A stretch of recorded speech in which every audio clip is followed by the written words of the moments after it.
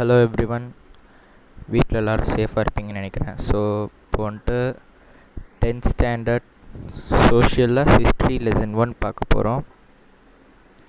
So lesson பேர் வந்துட்டு outbreak of world war 1 and it's aftermath. இந்த பேரை படிக்கும்போதே நமக்கு தெரியுது, அதாவது வேர்ல்டு வார் எப்படி உருவாச்சு, எதுக்கு உருவாச்சு, அதோட ரிசல்ட்லாம் என்னாச்சு, வேர்ல்டு வார்க்கு அப்புறம் உலகம் எப்படி இருந்தது, அதை பற்றி தெரிஞ்சுக்கிறதுக்கு தான் இந்த லெசன். ஸோ இதில் வந்துட்டு லேர்னிங் ஆப்ஜெக்டிவ்ஸ் கொடுத்துருக்காங்க. And then introduction. So introduction பார்த்தோன்னா இந்த வேர்ல்டு வார் ஸ்டார்டிங் வந்துட்டு 1914 தான் நடந்தது. ஸோ 1914ங்கிறது வந்துட்டு வேர்ல்டு ஹிஸ்ட்ரியோடைய ஒரு டேர்னிங் பாயிண்ட் அப்படின்னே சொல்லலாம். ஸோ 1789 இந்த இயர் நமக்கு சொன்னாங்களா, நமக்கு ஸ்ட்ரைக் ஆக வேண்டிய ஒரே விஷயம் ஃப்ரெஞ்ச் ரெவல்யூஷன் தான். 1789 தான் ஃப்ரெஞ்ச் ரெவல்யூஷன் ஸ்டார்ட் ஆச்சு. ஸோ ஃபர்ஸ்ட் வேர்ல்டு வாருக்கு ரொம்ப முக்கியமான ஒரு காசஸ் அப்படின்னு சொன்னோன்னா அது ஃப்ரெஞ்ச் ரெவல்யூஷன் அப்படின்னு சொல்லலாம். ஸோ ஹிஸ்டாரியன்ஸ் வந்துட்டு லாங் 19th century அப்படின்னு சொல்லுவாங்க. எதுக்காக அப்படின்னு சொல்கிறாங்கன்னா, இந்த வேர்ல்டு வார் க்ரியேட் ஆகிறதுக்கான ப்ராசஸ் வந்து 1800s 1900s வரையும் நடந்திருக்கு. அவ்வளோ இது நடந்திருக்கு. அண்ட் தென் ஸோ இப்போ வந்து இந்த வார் யாருக்கு நடந்ததுன்னா, பல கண்ட்ரிஸ் வந்து இதில் எங்கேஜ் ஆகியிருந்தாங்க. அதில் வந்துட்டு ரொம்ப குறிப்பிடத்தக்க கண்ட்ரிஸ்னு பார்த்தோன்னா Germany, Austria, Hungary, USA, Britain, Russia, இது போல் சொல்லலாம். ஸோ இப்போ வந்துட்டு பார்க்க போகிறோம் ஸ்க்ராம்பிள் ஃபார் காலனிஸ் அப்படிங்கிற டாப்பிக்கை. So capitalist countries race for markets. So நம்ம பார்த்தோன்னாலே எல்லா கண்ட்ரீஸுமே வந்துட்டு அவங்க எக்கனாமியை டெவலப் பண்ணணும் அப்படிங்கிற ஒரே காரணத்தில் தான் அவங்க இண்டஸ்ட்ரி ரன் பண்ணியிருந்தாங்க. ஸோ எப்படின்னா, அவங்க வந்துட்டு அதிகபட்சமாக காலனைஸ் பண்ண காரணம் என்னென்னா அவங்களுடைய ஈல்டிங்காக தான். ஸோ இப்போ காலனிஸ் அவங்களுக்கு ஒரு கண்ட்ரிக்கு அதிகமாக இருக்குதுன்னா, அவங்க வந்துட்டு அவங்களுக்கு தேவையான ரா மெட்டீரியல்ஸை ப்ரொடியூஸ் பண்ணி அந்த ரா மெட்டீரியல்ஸ்லேருந்து இவங்க இண்டஸ்ட்ரிக்கு கொடுத்து அந்த அவுட்கம்மை வந்துட்டு நிறைய இவங்க படைப்பாங்க. ஸோ குறிப்பாக சொல்லணுன்னா, நம்ம கிரேட் பிரிட்டன், அதாவது இப்போது இங்கிலாந்து அப்படின்னு அழைக்கப்படுற அந்த கண்ட்ரி வந்துட்டு ரொம்ப நிறைய கண்ட்ரிஸ் ஆக்குபை பண்ணிச்சு, இன்க்ளூடிங் நம்ம இந்தியாவை கூட. ஸோ இப்படி பிரிட்டன் மட்டும் இல்லாமல் நிறைய கண்ட்ரிஸ் வந்து இது போல் பண்ணாங்க. காரணம் வந்துட்டு அவங்க இண்டஸ்ட்ரியை அதிகப்படுத்துறதுக்காக தான். ஸோ இது போல் காலனைஸ் பண்ணுறதுனால என்ன நடந்தது, பெரிய பெரிய கான்ட்ராஸ்ட் நடந்தது. கான்ட்ராஸ்ட்னால் பல ஆப்போசிட் விஷயங்கள் மாதிரி. ஸோ ஃபார் எக்ஸாம்பிள் வந்துட்டு ஒரு பக்கம் காலனைஸ் பண்ணப்பட்ட மக்கள் வந்து ரொம்ப பாவர்ட்டியில் இருந்தாங்க. அதே அந்த எம்பரர்ஸ் அண்டு மற்றவங்கலாம் வந்துட்டு ரொம்ப வெல்த்தோடு இருந்தாங்க. ஒரு பக்கம் பார்த்தோன்னா ஸ்கை ஸ்கிராப்பர், அதாவது இப்போது புர்ஜ் கலிஃபா போன்ற பெரிய பெரிய இந்த பில்டிங்ஸ் மாதிரி இருக்கிற ஸ்கை ஸ்கிராப்பர்ஸும், அட் த சேம் டைம் ஸ்லம்னால் வந்து மக்கள் வாழக்கூடிய அந்த குடிசை. ஸோ இப்படி ஒரு பக்கம் பாவர்ட்டினா ஒரு பக்கம் வந்து எக்ஸ்ட்ரீம் வெல்த்தாகவும் தான் இருந்தாங்க. ஸோ வந்துட்டு பல கண்ட்ரிஸ் ஆக்குபை பண்ணாலும் அதில் ப்ரீ எமினெண்ட்டாக இருந்தது இங்கிலாந்து தான். ஸோ இப்போது நம்ம மெயினான கண்ட்ரிஸ் அப்படின்னு சொன்னோம் ஜெர்மனி, ஆஸ்ட்ரியா, ஹங்கேரி. இதில் ஜெர்மனியும் இட்டாலி இந்த 2 கண்ட்ரிஸ் வந்துட்டு ரொம்ப காலம் கழித்து தான் இவங்க இந்த இண்டஸ்ட்ரிக்கே டெவலப் ஆக ஆரம்பித்தாங்க. காரணம் வந்துட்டு அவங்களுடைய கண்ட்ரீஸில் இருக்கக்கூடிய பல ஸ்டேட்ஸாக வந்து பிரிஞ்சு அவங்க வந்துட்டு ரொம்ப யுனைட்டடாகவே இல்லை. ஸோ அந்த எல்லாத்தையும் யூனிஃபிகேஷன் பண்ணுற அந்த ப்ராசஸ்க்காக மட்டுமே ஜெர்மனியும் இட்டாலிக்கும் டைம் எடுத்து இண்டஸ்ட்ரியில் டெவலப் ஆகிறதுக்கு ரொம்ப நேரம் ஆயிடுச்சு. ஸோ இப்போது நமக்கு தெரியும் ஏஷியா அண்ட் ஆஃப்ரிக்காவில் வந்துட்டு யூரோப்பியன்ஸ் அவங்க டாமினன்ட் பண்ணிட்டாங்க. ஸோ இப்படி நிறைய பேர் டாமினேட் பண்ணனால சில இடங்கள் வந்துட்டு சில கண்ட்ரிஸ்க்கு கிடைக்கவே இல்லை. ஸோ அதனால் எல்லா கண்ட்ரிஸுமே ரேஸில் இருந்தாங்க. அதாவது எப்படின்னா, ஃபார் எக்ஸாம்பிள் ஒரு கண்ட்ரிக்கு வந்துட்டு அதிகமாக இருக்குது, இன்னொரு கண்ட்ரிக்கு ஒன்றுமே இல்லைங்கிற போது அதிகமாக இருக்கக்கூடிய அந்த கண்ட்ரிக்கிட்ட போயிட்டு அதோட காலனிஸ் போயிட்டு இந்த அதிகமாக இல்லாதவங்க வந்து ஆக்குபை பண்ணுறதுக்காக சண்டை போடுறது, பேட்டில்ஸ் இதெல்லாம் நடந்தது. ஸோ இப்படியெல்லாம் அவங்களுக்குள்ள ரேஸ் இருந்தது. ஸோ இப்போ வந்துட்டு ரைஸ் ஆஃப் மொனாபொலி கேபிட்டலிசம்ங்கிற டாபிக் பார்க்க போகிறோம். ஸோ 1870ஸ்க்கு அப்புறம் வந்துட்டு என்ன நடந்ததுன்னா, இண்டஸ்ட்ரி அண்ட் ஃபினான்ஸ் அலைன்ஸ் வச்சுக்கின்னு தான் சொல்கிறாங்க. அதாவது எப்படின்னா, இப்போது இண்டஸ்ட்ரிங்கிறது வந்துட்டு நமக்கு ப்ராடக்ட்ஸை வெளியிடக்கூடிய ஒரு முக்கிய ஆதாரம் அப்படின்னு சொல்லலாம். அதே போல் ஃபினான்ஸ் அந்த ப்ராடக்டை வெளியிட்ட பிறகு நமக்கு கிடைக்கக்கூடிய அந்த பணம், அதுதான் ஃபினான்ஸ். ஸோ இவங்க வந்துட்டு இந்த இண்டஸ்ட்ரியும் சரி ஃபினான்ஸும் சரி அதிகமாக இருக்கணும் அப்படிங்கிறதுக்காக, ப்ராஃபிட் தான் நிறைய வரணும் வருஷம் அப்படிங்கிறதுக்காகவே நிறைய எக்ஸ்ப்ளாய்ட் பண்ண ஆரம்பித்தாங்க மக்களை. கூட்ஸ் அண்ட் மார்க்கெட்டில் வந்து அவங்க கூட்ஸையும் கேபிட்டலையும் நிறைய விற்கணும், அதே போல் அவங்களுக்கு தான் நிறைய காசு வரணும் அப்படின்லாம் பண்ணாங்க. ஸோ இது வந்துட்டு ஒரு எசென்ஷியல் கேரக்டரிஸ்டிக் அப்படின்னு சொல்கிறாங்க. எதுக்குன்னா இம்பீரியலிசம் அப்படிங்கிறதுக்கு. ஸோ இம்பீரியலிசம் அப்படிங்கிறது என்னென்னா ஒன்றும் இல்லை, இப்போது டாமினேட்டட் பர்சன், அதாவது இப்போது நம்ம ஊரில் வந்துட்டு ரொம்ப பெரிய பணக்காரர் அப்படி இருந்தாங்கன்னா அவங்க, ஸோ அது போல் தான் இதுவும் ஒன்று பெரிய வித்தியாசம் இல்லை. ஒரு பெரிய கண்ட்ரி, ரொம்ப ரிச்சான கண்ட்ரி வந்துட்டு ஒரு புவரான கண்ட்ரியை அவங்க தான் வந்து வழி நடத்துவாங்க. அதே போல் அந்த ரிச் கண்ட்ரி சொல்கிறது அந்த புவர் கண்ட்ரி கேட்டாகன மாதிரி அதே போலவும் செட் பண்ணி வச்சுருப்பாங்க. ஸோ இப்படி வந்து பண்ணுறது வந்துட்டு 19th செஞ்சுரியோடைய லேட்டர் ஹாஃபில், அதாவது 1850ஸ்க்கு மேலே வந்து இதெல்லாம் வெளிச்சமாக ஆக்கப்பட்டது. ஸோ அதனால் என்ன பண்ணாங்கன்னா, இப்போ இதுக்கு முன்னாடி ஃபாலோ பண்ணியிருந்த அந்த ஐடியாஸை வந்துட்டு கொலாப்ஸ் ஆகவும் ஆரம்பிச்சிது. ஸோ இப்போது இது கொலாப்ஸ் ஆனதுனால வேறு வழியே இல்லை, யூஎஸ்ஏ கிட்டேயும் ஜெர்மனி கிட்டேயும் தான் போகணும். ஏன்னா இப்போ வந்துட்டு யூஎஸ்ஏ அது வந்துட்டு ரொம்ப எக்கனாமிக் கண்ட்ரியாக இருந்தது. ஸோ ஜெர்மனி வந்துட்டு இண்டஸ்ட்ரியில் கொஞ்சம் கொஞ்சமாக முன்னேறினே இருந்தது. ஸோ யூஎஸ்ஏ கிட்டே இருக்கிற ட்ரஸ்ட் கிட்டேயும் ஜெர்மனி கிட்டே இருக்கிற கார்ட்டல் கிட்டேயும் தான் இந்த பவர் இருந்தது. ஸோ ட்ரஸ்ட் அப்படின்னு என்ன கொடுத்துருக்காங்க. ஸோ ட்ரஸ்ட்டுங்கிறது வந்துட்டு ஒரு இண்டஸ்ட்ரியல் ஆர்கனைசேஷன் தான். ஸோ இது வந்துட்டு ஏதாச்சும் ஒரு கமோடிட்டியை ப்ரொடியூஸ் பண்ணுறதுக்கோ இல்லை டிஸ்ட்ரிபியூட் பண்ணுறதுக்காகவோ தான் இருக்குது. ஸோ இப்போது ஒரு ட்ரஸ்ட்டு வந்து இருந்ததுன்னா அதால் வந்துட்டு ஒரு சப்ளை, இப்போது ஒரு இடத்துக்கு வந்து இந்த சப்ளை போகுதுன்னா அந்த சப்ளையோட ப்ரைஸ் அப்புறம் அதோட ஓன் அட்வான்டேஜெல்லாம் இது தான் ப்ராசஸ் பண்ணும். ஸோ தென் கார்ட்டல் வந்து ஒரு அசோசியேஷன் மாதிரி. ஸோ இது வந்துட்டு ஒரு கான்ட்ராக்ட் போடுற மாதிரி. யாருக்குன்னா சேம் ஃபீல்ட் ஆஃப் பிஸ்னஸில் இருக்கக்கூடிய ஆண்டர்ப்ரினியர்ஸ்க்கு நடுவில். ஸோ இந்த ஆப்ஜெக்டிவ், அவங்களுடைய முக்கிய குறிக்கோள் அப்படின்னு பார்த்தோன்னா, அந்த மார்க்கெட்டில் அவங்க மொனாபோலிஸ்டிக் இன்ஃப்ளூயன்ஸை கொண்டு வரணும் அப்படிங்கிறதுக்காக. ஸோ நெக்ஸ்ட் டாபிக் வந்து imperialism and it's essential characteristics. So capitalism வந்துட்டு இம்பீரியலிசத்துக்கு இன்னெவிட்டபிளாக அது வந்து வழிவகுத்துது.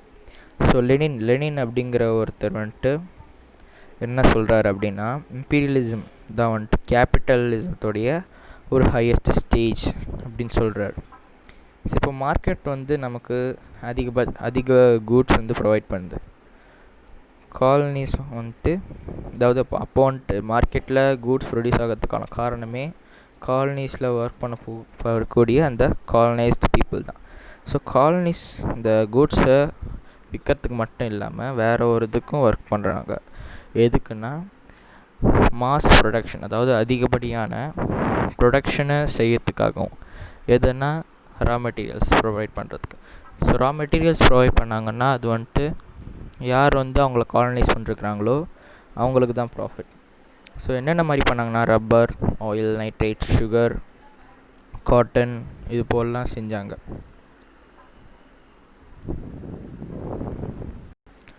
ஸோ இப்போ வந்துட்டு ஒரு கண்ட்ரி, அதாவது ஒரு 5 காலனிஸ் இருக்கிற கண்ட்ரியில் வந்துட்டு அவங்களுக்கு தேவையான குட்ஸ் அவங்க காலனிஸ் வந்து ப்ரொவைட் பண்ணோம். ஸோ இப்போ 10 காலனிஸ் இருக்கிற கண்ட்ரின்னு எடுத்துக்கணுன்னா அவங்களுக்கும் இருக்கும். ஸோ அவங்க 10 காலனிஸ் இருக்கிற கண்ட்ரி வந்து அதிகபட்சமாக இன்னும் வேணும் அப்படிங்கிறதுக்காக ஃபஸ்ட்டு எப்படி சண்டை போடாமல் அவங்க வந்துட்டு இம்பீரியலிசம் தான் ஆரம்பித்தாங்க. ஸோ எப்படின்னா, அந்த 5 காலனிஸ் இருக்கிற கண்ட்ரிஸ் கிட்டே போயிட்டு, நான் உனக்கு வந்துட்டு நான் ஒரு பணக்கார கண்ட்ரி, ஸோ நான் உனக்கு பணம் தந்துடுறேன், உன்னுடைய காலனிஸில் எனக்கு பாதியை கொடுத்துரு அப்படின்னு சொல்லி இது போல் அவங்களுடைய எக்கனாமியை வந்து டெவலப் பண்ணிக்குவாங்க. ஸோ இந்த இம்பீரியலிசம் தான் ஒரு டோட்டல் சிஸ்டமாக ஆயிடுச்சு இந்த உலகத்தில்.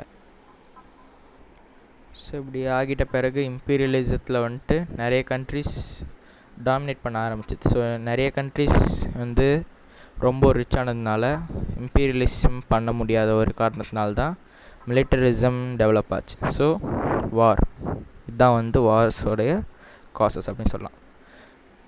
தென் ரைவல்ரி ஆஃப் கிரேட் பவர்ஸ். இப்போ யூரோப் பக்கமாக போகிறோம்.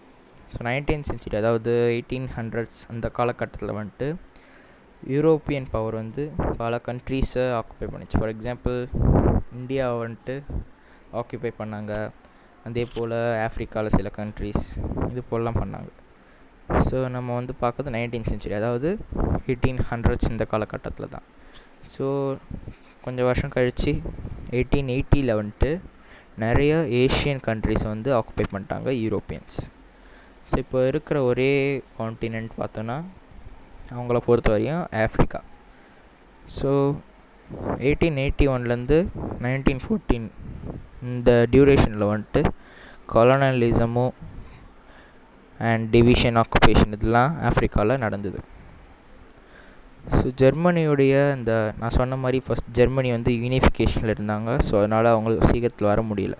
ஸோ 19th century லேட்டர் ஹாஃபில் தான் அவங்க வந்துட்டு யூரோப்பில் டாமினேட் பண்ணவே ஆரம்பிச்சிருக்கிறாங்க. ஸோ இது போல் அவங்க காலனிஸ் ஆக்குபை பண்ணி அந்த பீப்புளை எக்ஸ்ப்ளாய்ட் பண்ணுறதுக்கு அந்த சீன், அதாவது அந்த இதுக்கு வரும்போது ஜெர்மனி வந்துட்டு வரும்போது இந்த வேர்ல்டில் வந்துட்டு நிறைய இம்பீரியலிஸ்ட் பவர் வந்து இருந்துக்க ஆரம்பிச்சிது.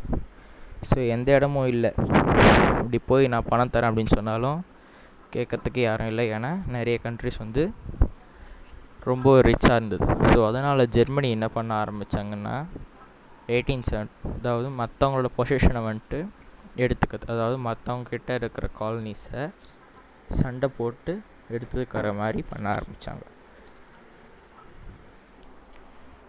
ஸோ 1870ஸ்க்கு அப்புறமா என்ன நடந்ததுன்னா England, France, Belgium, Italy, Germany இது போல் இந்த நாடுகள் வந்துட்டு ஸ்க்ராம்பிள் ஃபார் காலனிஸில் வந்து இணைஞ்சாங்க. So clashes among great powers. So okay, இப்போ இந்த டாப்பிக்கில் என்ன கொடுத்துருக்காங்கன்னா இண்டஸ்ட்ரியல் க்ரோத்தில் வந்துட்டு யூரோப் அப்படின்னு பார்த்தோன்னா இங்கிலாந்து தான் ரொம்ப பெரிய இண்டஸ்ட்ரியல் க்ரோத் உள்ள கண்ட்ரி. இப்போது இங்கிலாந்துக்கு காம்படிஷனாக வந்துட்டு later half of the 19th century ஜெர்மனியும் என்டர் ஆக ஆரம்பிச்சிது. இதுக்கு இங்கிலாந்துக்கு ஈக்குவலாக யூஎஸும் வந்து அப்போ இருந்தது. ஸோ இந்த 3 கண்ட்ரீஸுமே வந்துட்டு ரொம்ப இண்டஸ்ட்ரியல் க்ரோத்தில் அவங்க தான் ஃபஸ்ட்டு வரணும் அப்படின்னு நிறைய காம்படிஷன் இருந்தது. ஸோ இந்த காம்படிஷனில் வந்துட்டு அடிக்கடி அவங்க வந்துட்டு அவங்களோட காலனிஸான ஏஷியா அண்ட் யூரோப் அண்ட் ஆஃப்ரிக்காவில் வந்துட்டு அடிக்கடி சண்டை போட்டுக்கிறது தான் வேண்டும்.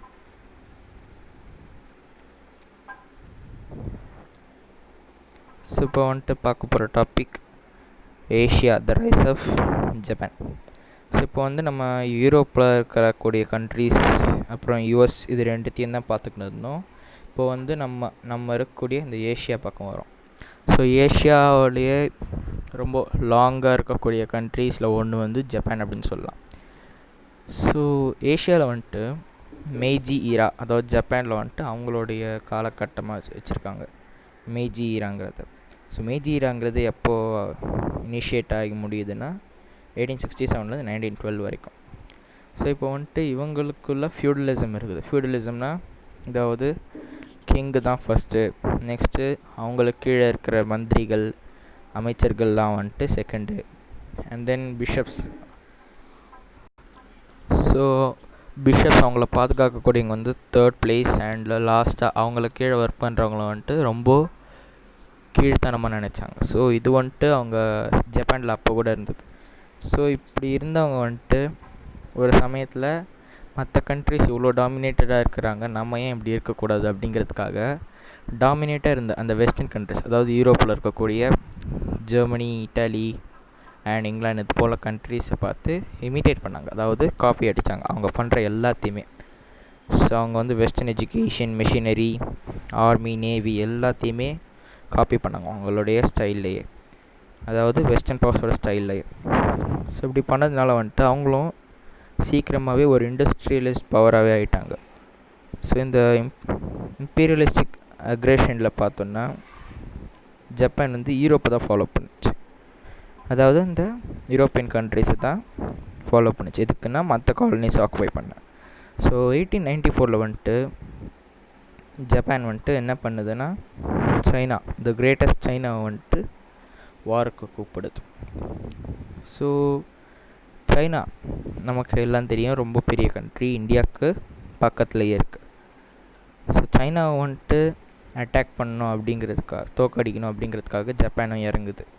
ஸோ இவங்க வந்துட்டு வெஸ்டர்ன் பவர்ஸை காப்பி பண்ணிட்டாங்க. ஸோ இந்த வெஸ்டர்ன் கண்ட்ரிஸோட அந்த வழியிலேயே வந்துட்டு சைனாவை சினோ ஜாப்பனீஸ் வார் அப்படிங்கிற வாரில் வந்து தோக்கடிக்கிறாங்க. எப்போனா 1894 1895. ஸோ இப்போ வந்துட்டு ஏஷியாலே ஓரளவு சின்ன கண்ட்ரி அப்படின்னு பார்த்தோன்னா ஜப்பான்னு சொல்லலாம். சின்னதில் அதுவும் ஒன்று. பெரிய கண்ட்ரிஸில் சைனா. ஸோ சின்ன கண்ட்ரி வந்து பெரிய கண்ட்ரியை தோக்கடிச்சிச்சே அப்படிங்கிற அந்த கான்செப்ட் வச்சு உலகம் வந்து ரொம்ப ஆச்சரியத்தோடு இருந்தது. ஸோ இப்போ வந்துட்டு சைனாவே தோக்கடிச்சிச்சு, அப்போனா இந்த கண்ட்ரி வந்து ரொம்ப திறமையான பவர்ஃபுல்லான கண்ட்ரியாக வர முடியும் அப்படிங்கிற தெரிஞ்சுக்கிட்டு ரொம்ப பெரிய கண்ட்ரிஸ், யூரோப்பில் இருக்கக்கூடிய ரொம்ப பெரிய கண்ட்ரிஸான ஜெர்மனி, ஃப்ரான்ஸ் அண்ட் ரஷ்யா வந்துட்டு இந்த ஜப்பானுக்கு வார்னிங் கொடுக்குது, வளர விடாமல் தடுக்கிறதுக்காக. ஸோ அதையெல்லாம் கண்டுக்காமல் ஜப்பான் என்ன பண்ணுச்சுன்னா லியாடாங் பெனின்சுலா அப்படிங்கிற அந்த பெனின்சுலாவையும் போர்ட் ஆர்த்தரையும் வந்துட்டு அவங்க ஜப்பானில் வந்து சேர்த்துக்கினாங்க. அதாவது அதுவும் அவங்களோட இடம் அப்படின்னு அறிவிச்சிட்டாங்க. ஸோ பெனின்சுலா அப்படின்னா ஒரு ரீஜியன், அதை சுற்றி 3 பக்கத்தில் கடல் இருக்கிறது வந்துட்டு பெனின்சுலா அப்படின்னு சொல்லுவோம். ஸோ இப்போ வந்துட்டு ஏஷியாலேயே, ஈஸ்டர்ன் ஏஷியாலேயே வந்துட்டு ஜப்பான் தான் ஸ்ட்ராங்கஸ்டான நேஷன் அப்படின்னு ப்ரூவ் பண்ணிச்சு. ஸோ என்ன தான் ப்ரூவ் பண்ணாலும் அது வந்துட்டு ஜப்பான் சில சிச்சுவேஷன்ஸ் காரணமாக அதோடைய போர்ட் ஆர்த்தர் வந்துட்டு கிவ் அப் பண்ண வேண்டியதாகிடுச்சு. ஸோ இது வந்துட்டு இப்போது போர்ட் ஆர்த்தரை வந்து விட்டு கொடுத்துச்சு. ஸோ ரஷ்யா ஒரு அட்வான்டேஜ் எடுத்துக்கிட்டு அதோட ஆர்மி, ரஷ்யன் ஆர்மியை வந்துட்டு மஞ்சூரியா அப்படிங்கிற இடத்துக்கு வந்து அனுப்பிடுது. ஸோ இப்படி செய்கிறது வந்து ஜப்பானுக்கு பிடிக்கல. ஸோ ஜப்பான் என்ன பண்ணுச்சுன்னா கிரேட் பிரிட்டன் கூட ஒரு அலையன்ஸ் வச்சுக்குது 1902. ஸோ இந்த அலையன்ஸ் வந்துட்டு ஆங்கிலோ ஜாப்பனீஸ் அலையன்ஸ். ஸோ இந்த அலையன்ஸ் வச்சுக்கிறது மூலமாக இங்கிலாந்து அப்படிங்கிற ஒரு பெரிய பவர்ஃபுல்லான கண்ட்ரி கூட வந்துட்டு ஜப்பானுக்கு நட்பு பாராட்டுற விதத்தில் பல உதவிகள் வந்து கிடைக்குது. ஸோ இதை பார்த்துட்ட ரஷ்யா வந்துட்டு அதோடைய மஞ்சூரியாவில் குவிச்சதோடைய ட்ரூப்ஸ் அது எல்லாத்தையும் வந்துட்டு வித்ட்ரா பண்ணிக்குது. ஸோ இப்போ 1904 வந்துட்டு ரஷ்யாவுக்கும் ஜப்பானுக்கும் வார் நடக்குது, ரூசோ ஜாப்பனீஸ் வார் அப்படின்னு சொல்லுவோம். ஸோ இதில் வந்துட்டு ஜப்பான் வேர்ல்ட்ஸ் ஃபர்ஸ்ட் லார்ஜஸ்ட் கண்ட்ரியான ரஷ்யாவே வந்துட்டு தோக்கடிச்சு போர்ட் ஆர்த்தரையும் வந்துட்டு அதுக்குள்ளே சேர்த்துக்குது ஜப்பானுக்கு. ஸோ இந்த வார்க்கு அப்புறம் என்ன நடந்தது அப்படின்னா கிரேட் பவர்ஸ், இந்த கிரேட் பவர்ஸோடைய சார்ம்டு சர்க்கிள்குள்ளே என்ட்ரு ஆகுது. அதாவது ஒன்றும் இல்லை, ஸோ நிறைய கண்ட்ரிஸ் வந்து இங்கிலாந்து போல் இருக்கக்கூடிய பெரிய பெரிய கண்ட்ரிஸ் போல் இருக்கக்கூடிய ஒரு ரேங்கிங்ஸில் இதுவும் வருது. அவள் தான் சார்ம் சர்க்கிள் ஆஃப் கிரேட்டஸ்ட் பவர்னா. So strong arm diplomacy of Japan இந்த டாபிக் பார்க்க போகிறோம். ஸோ 1905, அதாவது 1904 வந்துட்டு ரூசோ ஜாப்பனீஸ் வார் நடந்து ரஷ்யாவை தோக்கடிச்சாச்சு. தென் 1905 வந்துட்டு ஜப்பான் வந்துட்டு இப்போ கொரியா கிட்ட போயிடுது. ஸோ கொரியா வந்துட்டு சைனாவுக்கு கொஞ்சம் கீழே இருக்குது, ஜப்பானுக்கு பக்கத்தில் தான் இருக்குது. ஸோ கொரியாவையும் அவங்க கண்ட்ரோலுக்கு கொண்டு வராங்க. ஸோ இப்போது ஜாப்பனீஸ் டிப்ளமேட் அவங்கள வந்துட்டு அசாசினேட் பண்ணுறாங்க. அசாசினேட்னா படுகொலை செய்யறதுன்னு அர்த்தம். ஸோ இப்போ கொரியாவில் இருக்கக்கூடிய ஜாப்பனீஸ் டிப்ளமேட்டை வந்து 1910 வந்துட்டு அவங்க வந்துட்டு கொலை செஞ்சிடுறாங்க.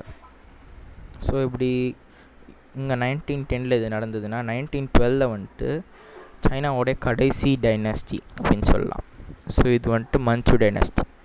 ஸோ இது வந்துட்டு டவுன்ஃபால் ஆகுது. டவுன்ஃபால்னால் பல கன்ஃபியூஷன்ஸ் நடக்குது. நல்ல அட்மினிஸ்ட்ரேஷன் இல்லை, நல்ல எக்கனாமி இல்லை, மக்கள் வந்து ரொம்ப பாவர்ட்டியில் இருக்கிறாங்க.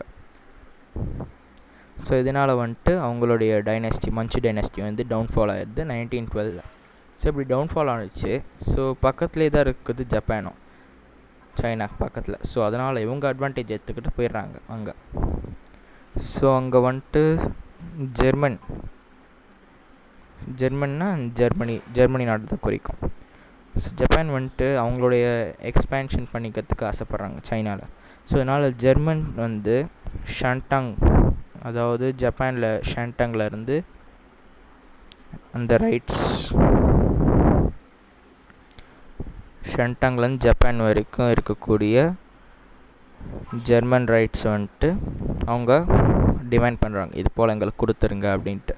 அண்ட் தென் மஞ்சூரியாங்கிற இடம், அதாவது ரஷ்யா அதோட ட்ரூப்ஸை குவிச்ச அந்த இடத்துல வந்துட்டு ஜாப்பனீஸோடைய அந்த அங்கீகாரத்தை வந்து கொடுக்கணும் அப்படின்னு அவங்களுக்கு சொல்கிறதுன்னா எப்படின்னா கட்டளையிடுறாங்க. ஸோ அது மட்டும் இல்லாமல் இப்போ சைனா வந்துட்டு டவுன்ஃபால் ஆயிடுச்சு அந்த மஞ்சு டைனஸ்டி. ஸோ சைனீஸ் கவர்மெண்ட்டுக்கு வந்துட்டு ஜாப்பனீஸ் அட்வைசர்ஸ் தான் இருக்கணும் அப்படின்னு சொல்கிறாங்க. ஸோ இது போல் ஜப்பான் வந்துட்டு சொல்லுது, கட்டளையிடுது, பயமுறுத்துது எல்லாரையும். ஸோ இது போல் நடந்ததுனால யூரோப்பியன் பவர்ஸுக்கும் சைனாக்கும், இந்த 2 கண்ட்ரிஸ்க்கு நடுவில் ஒரு விரோதம் ஏற்படுது. So next colonisation and it's follow. So நமக்கு தெரியும் 1800s காலனைஸ் பண்ணுறது ரொம்ப அதிகமாகிடுச்சு. ஸோ அப்படி பார்த்தோம்னா 1876 வந்துட்டு ஆஃப்ரிக்காவில் ஜஸ்ட் 10% தான் யூரோப் வந்து கட்டுப்படுத்தினாங்க. ஆனால் 1900s ஜஸ்ட் 24 இயர்ஸில் வந்துட்டு மொத்த ஆஃப்ரிக்காவே வந்துட்டு அவங்க காலனைஸ் பண்ணிட்டாங்க. ஸோ நிறைய கண்ட்ரிஸ் எங்கேஜ் ஆனாங்க. ஃபார் எக்ஸாம்பிள் பிரிட்டன், ஃப்ரான்ஸ், பெல்ஜியம்லாம் இருந்தாங்க. ஸோ பெரிய அந்த காண்டினென்ட், ஆஃப்ரிக்கன் காண்டினென்ட்டில் பெரிய பகுதிகளை வந்துட்டு அவங்களுக்குள்ளே பிரிச்சுக்கினாங்க. ஸோ ரீசெண்டாக என்டர் ஆகுனா ஜெர்மனியும் இட்டாலிக்கும் வந்துட்டு கொஞ்சம் பார்ட்ஸ் தான் கிடச்சிது. ஸோ இப்போ பிரிட்டன், ஃப்ரான்ஸ், ரஷ்யா, ஜெர்மனி இவங்க வந்துட்டு அவங்களோட இன்ஃப்ளூயன்ஸை சைனாவில் கொண்டு வந்தாங்க. ஸ்பியர்ஸ் ஆஃப் இன்ஃப்ளூயன்ஸ் அப்படின்னு சொல்கிறாங்க. ஸோ இந்த யூரோப்பியன் கண்ட்ரிஸ் எல்லாம் வந்துட்டு சைனாவில் அவங்க பவரை வந்து கால் பதிக்கிறாங்க. ஸோ ஜப்பான் வந்து கொரியாவையும் தைவானையும் எடுத்துக்கிச்சு. கொரியாவும் தைவானும் ஜப்பானுக்கு கிட்ட தான் இருக்குது. ஸோ ஃப்ரான்ஸ் வந்து என்ன பண்ணுறாங்க அப்படின்னா இண்டோ சைனா, அதாவது இந்தியா அண்ட் சைனா பார்டரை வந்துட்டு எடுத்துக்கிறாங்க. யாருன்னா ஃப்ரான்ஸ். யூஎஸ் வந்து ஸ்பெயின் நாட்டுக்கிட்டேருந்து ஃபிலிப்பைன்ஸ் ஐலாண்ட்ஸ் எடுத்துக்கிறாங்க. And then Britain and Russia வந்துட்டு ஈரான் வந்து பார்ட்டிஷன் அப்படின்னா பிரிச்சுக்கிறாங்க.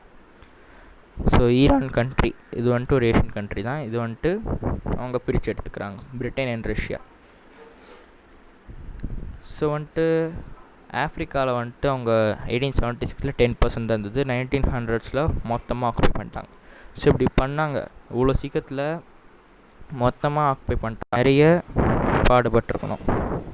ஸோ உண்மையிலே நிறைய பேட்டில்ஸ் அவங்களுக்குள்ளே நடந்துருக்குது. ஃபார் எக்ஸாம்பிள் பார்த்தோன்னா ஃப்ரெஞ்ச் வந்துட்டு அல்ஜீரியாவையும் செனிகல் இந்த 2 கண்ட்ரிஸையும் கான்கர் பண்ணுறதுக்காக ரொம்ப சண்டை போட்டு தோற்று போயிட்டு கூட கடைசியில் எப்படியோ ஜெயிச்சிருக்காங்க. ஸோ த கிரேட்டஸ்ட் பிரிட்டன் கூட ஜுலூஸ் ட்ரைப், அதாவது நேட்டிவ் ஆஃப் ஆஃப்ரிக்கா, இவங்கக்கிட்ட 1879 சூடானிஸ் ஆர்மி கிட்ட 1884 தோற்று போயிருக்காங்க. And then Italian army. So இப்போ தான் ரீசெண்டாக வந்தவங்க. ஸோ அதனால் அவங்க வந்துட்டு என்ன பண்ணாங்கன்னா எத்தியோப்பியா அப்படின்னு சொல்லப்படக்கூடிய அந்த கண்ட்ரியில் அடோவா அப்படிங்கிற இடத்துல வந்துட்டு எத்தியோப்பியன் ஆர்மி இட்டாலியை தோக்கடிச்சிச்சு 1896. இந்த இயர்ஸ்லாம் கரெக்டாக ஞாபகம் வச்சுக்கோங்க. ஸோ இது வந்து உங்களுக்கு ஹெல்ப்ஃபுல்லாக இருக்கும். So next courses and results of World War I வந்துட்டு நெக்ஸ்ட் வீடியோவில் பார்க்கலாம். ஸோ இதான் என்னோடய ஃபர்ஸ்ட் வீடியோ யூடியூப்லன்னு கிடையாது. ஸோ இந்த போல் சொல்லித்தரதுலேருந்து ஃபர்ஸ்ட் வீடியோ. ஸோ ஏதாச்சும் உங்களுக்கு ட்ராபேக்ஸ் கொடுக்கணுன்னா கண்டிப்பாக நீங்கள் கமெண்ட்ஸில் கொடுக்கலாம். ஸோ இது மூலமாக வந்துட்டு நான் என்ன திருப்பிப்பேன். Okay, so thank you. Stay home, stay safe.